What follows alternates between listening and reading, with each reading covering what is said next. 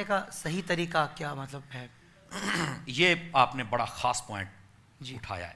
اللہ جس کو دعا مانگنے کا صحیح طریقہ آ گیا نا جی اسی کی دعا قبول ہوگی. سبحان اللہ. یہ بھی ایک انداز ہے. کیونکہ پہلے آپ نے ابھی ارشاد فرمایا کہ رب کی بارگاہ میں کوئی خاص وہ نہیں ہے ڈھنگ، مطلب جی. وہ دینے والا ہے. بالکل پر ایسے ایک یہ سوال ہے کہ دعا مانگنے کا صحیح طریقہ، صحیح تو کچھ طریقہ آداب بھی یقیناً اس کے ہوں گے. بالکل آداب ہیں اس کے جو علماء نے آداب لکھے ہیں نا جی، میں ان سب کا خلاصہ آپ کی خدمت میں عرض کرتا ہوں. لیکن اس سے پہلے ایک بات بڑی سمجھنے والی ہے. جی. یہ آداب کیوں ضروری ہیں؟ یہ ہمارا مکان ہے نا، اس کو ہم نے تالا لگایا ہے. اس کے اندر جو چابی داخل ہوتی ہے نا وہ ہے 5 دندانے والی. اگر ہم 6 دندانے والی داخل کر دیں تو یہ کھل جائے گا؟ نہیں کھلے گا. کیوں نہیں کھلے گا؟ چابی تو ہے، ایک دندانہ زیادہ کھلنا چاہیے، لیکن اس کی ایک ریکوائرمنٹ ہے، ایک چاہت ہے، واہ تقاضا ہے. جب تک وہ نہ پورا کیا جائے تو یہ نہیں کھلے گا. سبحان اللہ. اچھا ہم نے سمجھا کہ شاید 6 دندانوں سے اس کو تکلیف ہوئی ہے تو چلو 4 دندانے والی داخل کرتے ہیں، تو تب بھی نہیں کھلے گا. کیونکہ اس کا تقاضا وہ نہیں پورا ہوا، ریکوائرمنٹ. تو دعا کرنے کا سب سے پہلا اور بڑا اصول یہ ہے کہ جب دعا کرنی ہے نہ حد سے بڑھنا ہے اور نہ کم ہونا ہے. رائٹ لیفٹ نہیں ہونا، جو حدود متعین ہیں ان کے اندر رہنا. اب اس کا کیا مطلب ہے یہ بھی بات سوچنے والی ہے. اشارہ دے دیتا ہوں. نبی پاک صلی اللہ علیہ وسلم مسجد اقدس میں جلوہ کرتے، ایک شخص آیا، جی اس نے آ کر دعا مانگی نا نماز پڑھنے کے بعد، اللہم ارحمنی ورحم محمد، یا اللہ میرے اوپر رحمت فرما اور میرے محبوب نبی صلی اللہ علیہ وسلم پر رحمت فرما. حضور نے فرمایا یہ کنجوسوں والی دعا نہ کر. اس نے کہا جی میں نے دعا مانگی، اللہ کی رحمت طلب کی آپ کے لیے میرے لیے. فرمایا اللہ کی رحمت غیر محدود ہے، تو محدود کر رہا ہے صرف اپنے اور میرے تک، باقی میری امت کہاں جائے گی؟ اللہ تو فرمایا جب مانگنی ہے تو پھر اس کو کلوز نہ کر یار، آپ ہاتھ سے نیچے نہ آئیں یار، تھوڑا سا کھل کے بات کریں نا. مانگ کس سے رہے ہو اور مانگتے ہو جناب تھوڑا تھوڑا کر کے، یہ کون سی بات ہوئی؟ تو آقا صلی اللہ علیہ وسلم نے فرمایا نہیں. اس نے کہا پھر کیا کروں؟ فرمایا تمہیں ہمارے باپ ابراہیم علیہ السلام کی بات یاد نہیں؟ وَلِلْمُؤْمِنِينَ يَوْمَ يَقُومُ الْحِسَابُ. سبحان اللہ سبحان قیامت تک آنے والے جتنے ایمان والے ہیں ان سب کو اپنی دعاؤں میں یاد رکھنا ہے. سبحان اللہ. وہ ساڈی پنجابی کہندے نے مانگ خیر تے ہووے خیر.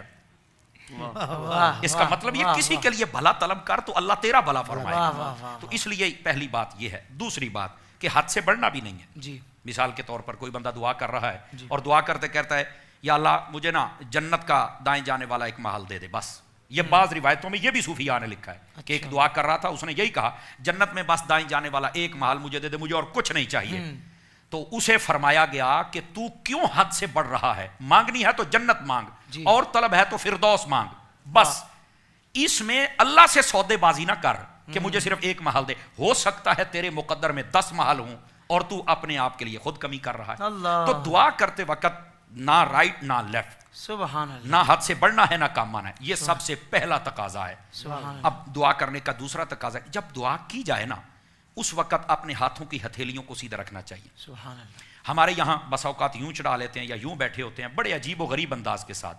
یہ ضروری نہیں کہ ناظرین سنیں گے تو آج ہی ان کا دعا کرنے کا طریقہ درست ہو جائے گا. یہ توجہ کریں گے تو انشاءاللہ ٹھیک ہو جائے گا کوشش کرنے سے. اچھا دعا کے لیے ایسے ہاتھ. اچھا بسا اوقات سوال ہوتا ہے پھر یوں کریں یا یوں کریں، ملا کے یا چھوڑ.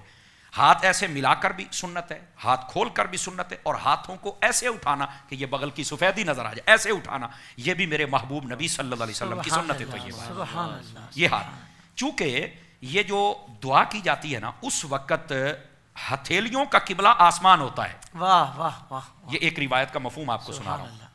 اس واسطے اپنے ہاتھ سیدھے ہونے چاہیے. اور ویسے بھی آپ دیکھیں یہاں پر ایک عقلی دلیل بھی ہے. آپ کسی کے دروازے پہ جاتے ہیں مانگنے کے لیے، اگر آپ اپنا ہاتھ الٹا کر لیتے ہیں تو وہ دے دے گا آپ کو؟ نہیں دے گا. تو ہاتھ سیدھا رکھیں گے یا ہاتھ آپ ایسے کر لیں تھوڑا سا تو وہ بھی نہیں دے گا. تو اس لیے اگر وہ دنیا والا یہ دیکھتا ہے کہ برتن سیدھا ہونا چاہیے تو رب بھی تو دیکھ رہا ہے نا کہ اس کے ہاتھ تو سیدھے ہونے چاہیے نا. تو بالکل یہ دوسرا، پہلا حد سے بڑھنا اور کم نہیں آنا، اور دوسرا اپنے ہاتھوں کی ڈائریکشن اور سمت اس کو درست رکھنا ہے. تیسری بات جب مانگنا ہے نا تو توجہ سے مانگے. بہت پیاری بات ہے. ہمارے عموماً لوگوں کی توجہ نہیں ہوتی. اللہم آمین آمین آمین، وہ دیکھ رہے ہوتے ہیں کتنے آئے ہیں، کون آیا ہے کون نہیں آیا. بھائی تو کیا کر رہا ہے؟ تیری توجہ ہی نہیں ہے. بلکہ سیدی اعلیٰ صاحب کے والد گرامی فرماتے ہیں توجہ کے ساتھ اگر آنکھ سے آنسو بھی نکل آئے تو ڈبل خیرات مل جائے.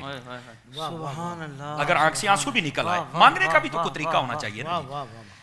فرمایا کہ دعا کرتے وقت توجہ بھی کرے، روئے بھی صحیح، انتہا درجے کی عاجزی کرے. جی